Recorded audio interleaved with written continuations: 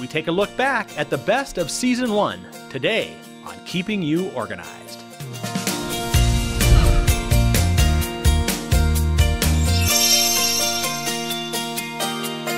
Hello and welcome to our final episode of Season 1 of Keeping You Organized. Today we're going to rewind the tapes and take a look at some of the best organizing tips in the last year.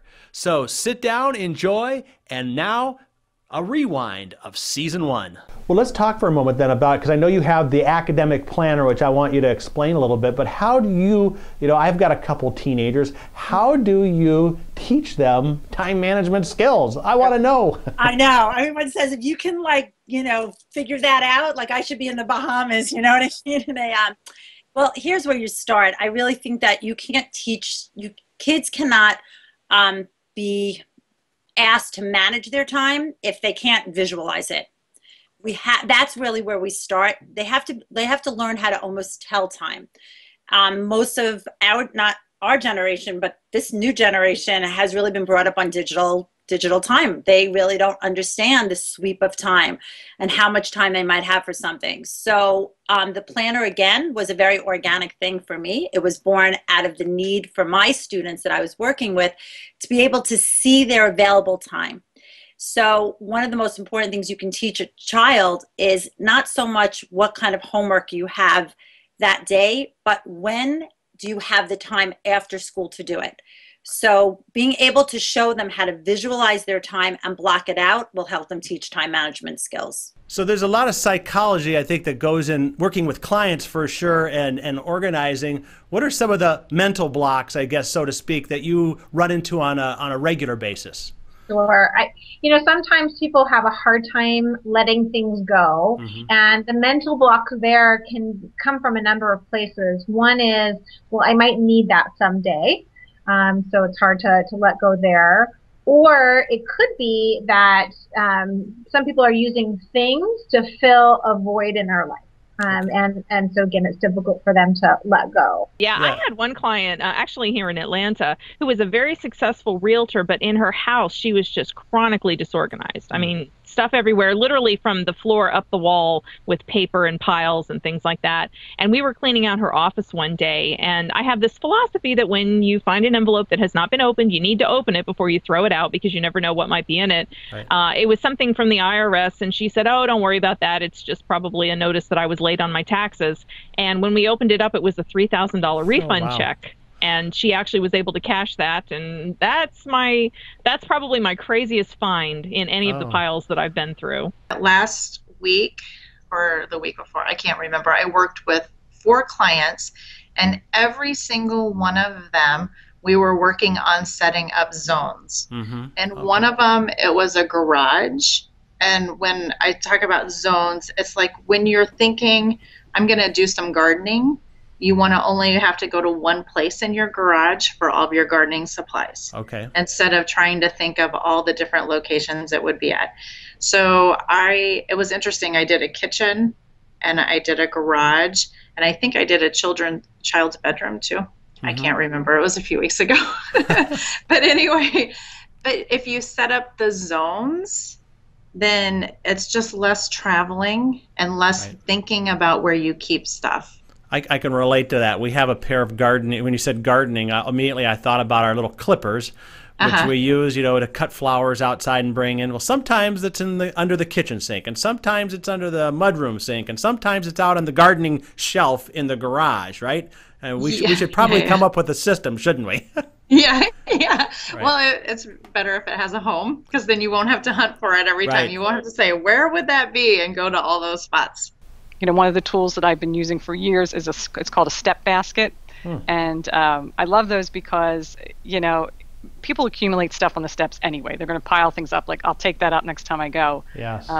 But it can be a health hazard. People could trip down the steps.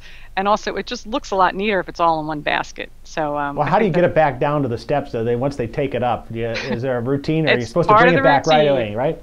Right. Well, you take it up at night, you get everything to the right room, and then if you're straightening up the bedrooms in the morning, anything that, migrated up there that shouldn't have, you can bring it back down, or you just leave it on the steps. Right. It's also a great thing to do when company's coming over unexpectedly. You can do like a fast tidy up and just throw stuff in the basket. You don't even have to take it to the right room at that point.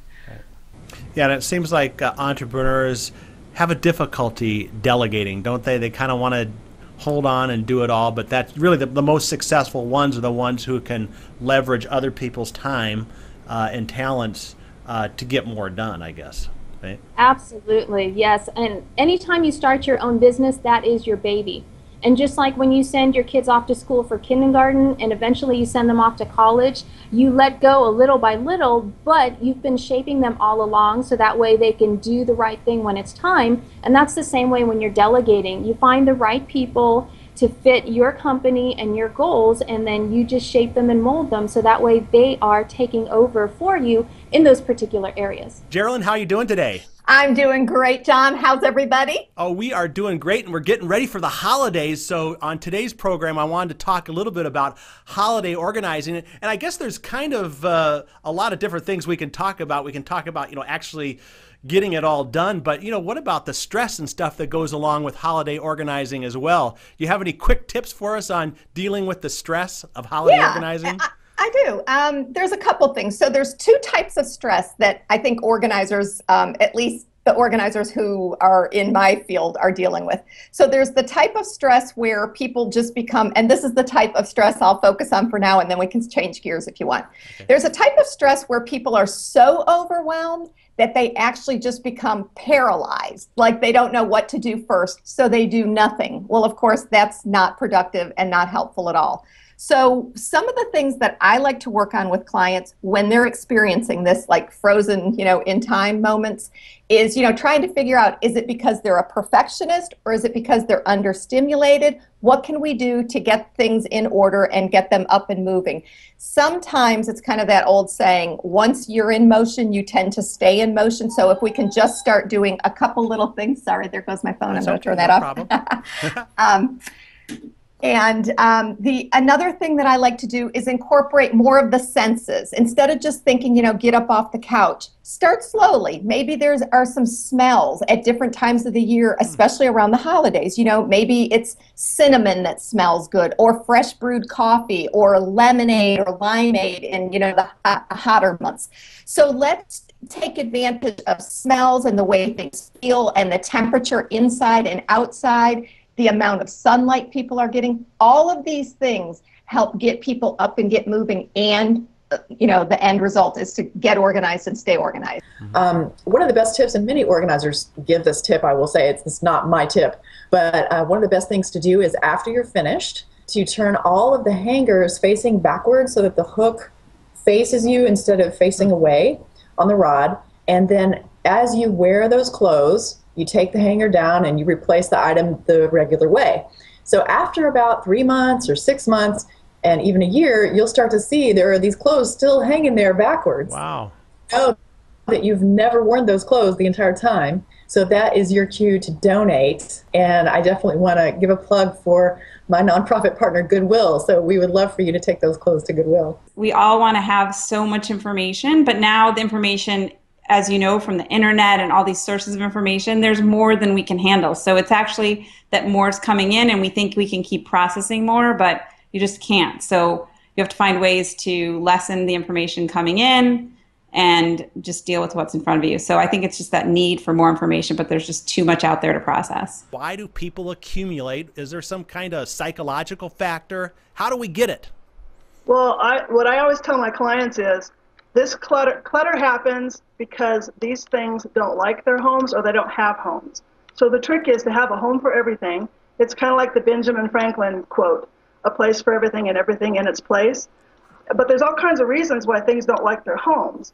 They either don't have a home, or it's too far away, or really you're the one that doesn't like their home and you don't put it away. It's too small, it's got a lid, there's all kinds of reasons. What are kind of some of the first steps you go through with a new client when you discover that they're ADD, and how do you approach it? Well, I love my ADD clients. They're most resourceful, intelligent, creative people. And so from the get-go, we're really trying to get on their page, like what's most challenging to them, and kind of sort through where those challenges get started. So I use more of a coaching modality with my clients. So from there, we start going into some very specific things, a lot of times we're working with paper. Paper is one of the most challenging things my clients face. And as a result, we're going to create a process that works for them, use their strengths, and then help them create routines that will help them follow through. There are basically 3 hallmarks to chronic disorganization. The first one is that there is a past history of disorganization. So it's something that's existed for a long time, probably with a future expectation of more disorganization. The second thing is that the individual probably has had many unsuccessful attempts of trying to get organized, self-help attempts. It's not worked out, and they find themselves back in the same situation of being disorganized, frustrated, overwhelmed. And then the third hallmark is that the disorganization is severe enough that it impacts their lives on a daily basis in a negative way, and that could affect relationships, it could affect their environment, their work. So it's definitely not just regular being disorganized, having a little clutter. It's something that's more life encompassing. You're looking back at the best of Season 1 of Keeping You Organized. Coming up, more great tips from Season 1 after this break.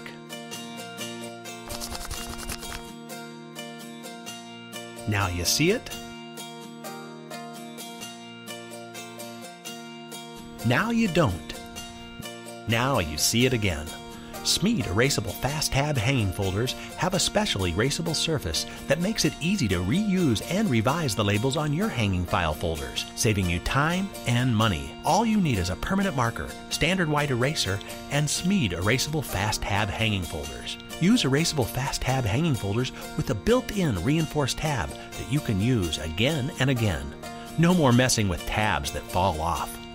Erasable fast tab hanging folders are stronger than standard hanging folders and come in a variety of colors for even more organizing possibilities.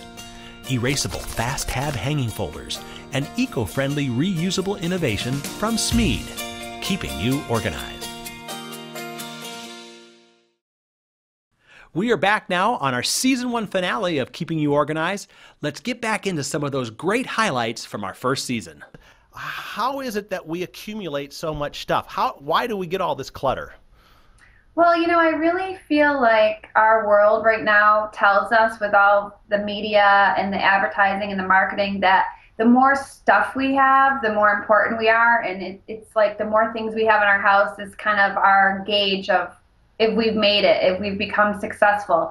And it's, really hard to combat that way of thinking. But with what I do as a professional organizer every day is try to tell people, you know what, it's not about the stuff, it's about actual living. And the more things you have, the more responsibility you have to them, which requires work and cleaning and sorting and, just all those things that go along with owning things. And I constantly remind my clients that you can't take it with you. So right. It's more important to live than to be a slave to the things that you own. And I think if we can break that pattern, we will be happier people. Let's talk a little bit about tax organizing and some of the basics that people should do when they're getting ready to get their taxes done. You bet. Tax season is busy for everyone. And we would like to see them processing their tax, receipts and paper all year long, and that's a system that we set up for them when we're working in an office or a home. One of the things that we do is set up 7 hanging folders with interior folders, 1 through 7, and then when you're working on the current year is number 1. So all during the year, anything that has to do with taxes we want in that current year in number 1. When you go to file and compile all your numbers, then you will take out the number 2 and put it in number 3 so that the 7 is always the one that's purged. So you don't have to keep that. It's very easy. We don't want to label those hanging folders with the year because then you'll have to do the work over and over again. So just create 1 through 7, and then number 7 is the one that goes. What are some of the steps to organizing an estate sale? I mean, how far in advance do you have to plan it, and what kind of goes involved, what's involved with it? Well, I tell my readers on my blog, if you want to do your own estate sale, the first thing to spend your time on is to figure out the items you want to keep and remove them from the space. And when you do that, kind of go room by room by room. And if you're working at your parents' house, maybe clear out one bedroom and have that bedroom be the spot that all the things you want to keep are in. So that at the end of this process, you can kind of quantify how much you're keeping and if you actually have room for it in your own house. And then as I set up, I always go room by room, and I have a bag for Goodwill and a bag for garbage, and I just kind of make a sweep either clockwise or counterclockwise. I also set up a key area where the cashier is going to sit, where it's the first spot where shoppers are going to come and the last spot that they leave. So they're greeted by the cashier, the customers are, and they also pay there. So we kind of see, I always tell readers, like, if you're going to have an estate sale, have one in and one out. That way you can minimize people who are potentially stealing something or sneaking in or sneaking out. Also, put all your high value items in one kind of zone. And I typically have that in the same area as the cashier, because if for some reason I have to move out of that area, that room, to answer a question or to go load a dresser in someone's car, I want to make sure that someone has eyes on those items at all times. And then as your sale goes on, and if you have items in all the bedrooms, shrink those bedrooms down. So if day one you sell a lot and you have extra room in the living area or the kitchen or the garage, move things into that central area, because that's the area that most shoppers will spend their money. That sometimes in the bedrooms they feel almost intrusive, so they don't feel like, oh, this is for sale, even though you say everything must go. If it's in that key area, it really increases the value and increases the opportunity for it to walk out the door with someone. So that's good. What have you seen? You've been organizing a long time, kind of the shift, maybe it was, 2008, 2009, when all of a sudden there's all this downsizing and you have all these new entrepreneurs coming out who maybe don't have the skills. What were the challenges there that you saw maybe in that transition? Yeah, and that is exactly when it happened, was around 2008. And, in some ways, what was wonderful about that downsizing is that it stimulated the economy from an entrepreneurial standpoint. So we had all these new business owners, which was great. And I happen to love small businesses and entrepreneurs. But a lot of them had no idea how to run a business. So most people go into business doing what's called the technical skill, and they see themselves as a technician. Oh, I love to organize. I'm good at it. I'll go organize for a living. Oh, I love to make jewelry. I'll be a jewelry maker. But they don't think about the side of running the business from a management standpoint, marketing, networking, finance, operations. And thankfully, there are great programs out there for that. And then, of course, there's coaches and consultants, and I run my own programs. I have programs for new entrepreneurs, and then I have programs for advanced entrepreneurs. So there's help out there. But I'd say that's the biggest problem, that people take really seriously the technician side of a business, but they don't actually realize that they're going to be a business owner. And this may sound a little sexist, but I see my male clients immediately see themselves as the CEO of a company.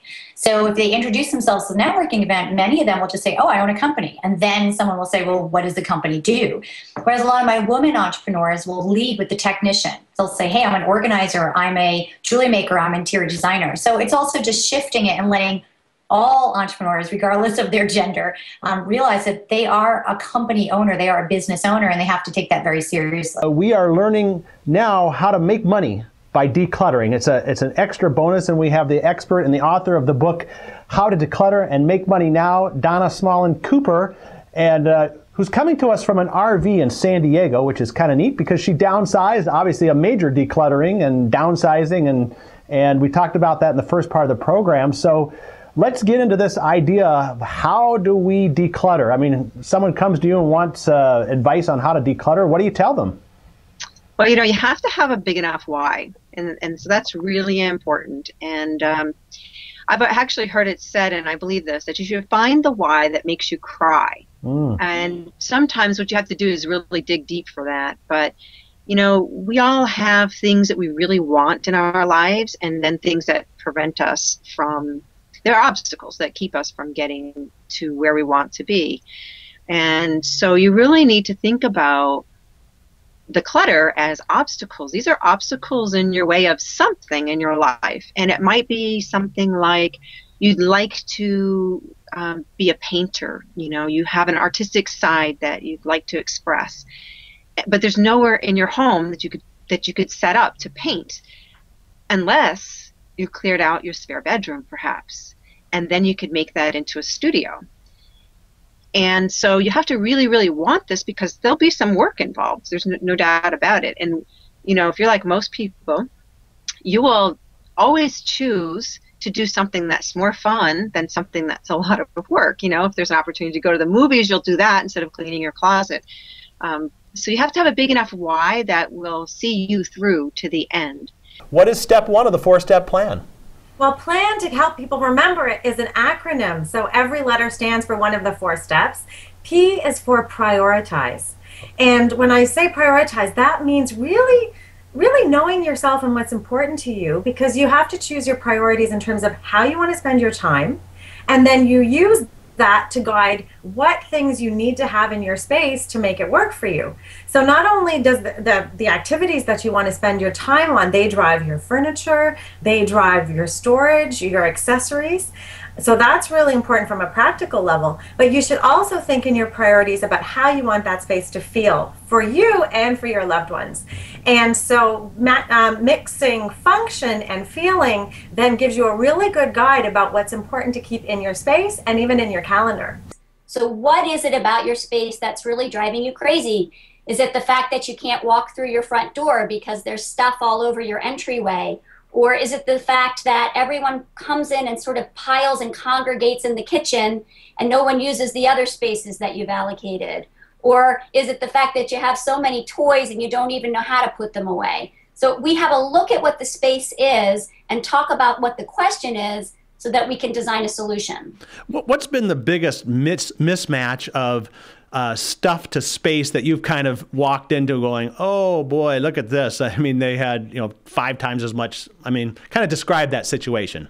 Yeah, I've been in a couple situations, and frequently they get out of control because of a life event. Mm-hmm. So that can be a negative life event, such as an illness. So maybe a family member gets moved into the living room, and suddenly every surface is covered with medications and doctor's instructions and new equipment that they weren't used to having before. But it can also be a very happy reason why this takes place. Most commonly, a new baby arrives on the scene, and suddenly there's just gear that you've never had in your space before. You have a little baby, but you have just tons of stuff that you don't know where to put. Should it be upstairs? Should it be downstairs? I had one client who had a baby. It was the first grandchild. So both sets of grandparents descended with gifts out of great love, which was terrific, but the house was overwhelmed with stuff. She just didn't know what to do with it, and she didn't know how to tell her parents and her in-laws, please don't send any more stuffed animals. I don't know where to put them. I want to go on vacation. I mean, it's vacation time of the year. Let's talk by car, because a lot of families, I think since the recession, have rethought their vacation plans. And not everybody flies to, the Caribbean. There are a lot of people who will, again, continue to see our national parks and travel by car, and might be, driving a number of hours in a day, seeing some sights. So it's a little bit of different travel piece, and the things you take with you can make a difference. So one of the things that you want to do first is, if you're going to travel by car, obviously part of planning, get your car serviced and checked out. Yes. Make sure that everything is up to snuff, that you're not going to have car troubles. Now, I know some people have looked at an alternate way of transporting themselves. Instead of using their own car, they've actually rented a vehicle. And that might be because your car is a little bit older and you're a little worried. I don't want to get stuck in Oklahoma, having to put in a new radiator. Or maybe there's extended family members, grandparents are going to attend, and we just don't have enough room, so we need to rent a larger one. And actually, that's a great way to test out a vehicle you might be interested in buying. Yes. I wanted to talk to you today about using tech, because that's what Soho Tech Training does. It helps businesses and individuals get more organized with using technology. So let's talk maybe about some of your favorite apps today, and some of just some things that help us do our job better. So if you only had one app that you could use and you couldn't use any else, what can you not live without? Oh, goodness. That would be my calendar. Okay. Because I can at least put notes in my calendar. So if I needed to capture information, I could do that. So I love using Google Calendar. Okay. I love that I can color coordinate. I can make different types of events a different color. I can invite people. It's very flexible. So my calendar app is probably the one that I could not live without. And if I had to pick a second, I'll let you. I probably would go for my task management app. And that I'm using one called Due, D-U-E. Okay. It is extremely annoying. It buzzes me minutely if I don't click and say, yes, I've done that task. I can snooze it. I try not to do that. I try to just get it done because it really is annoying. So those would be my top 2, but there's so many. I hope we'll get to talk about more than just 2. Well, that's a wrap of Season 1 of Keeping You Organized. We hope you've enjoyed all the tips and advice this year. You know, I'd like to thank the guests who've been on the show and also thank you for making Season 1 a great success. Coming up, Season 2 of Keeping You Organized.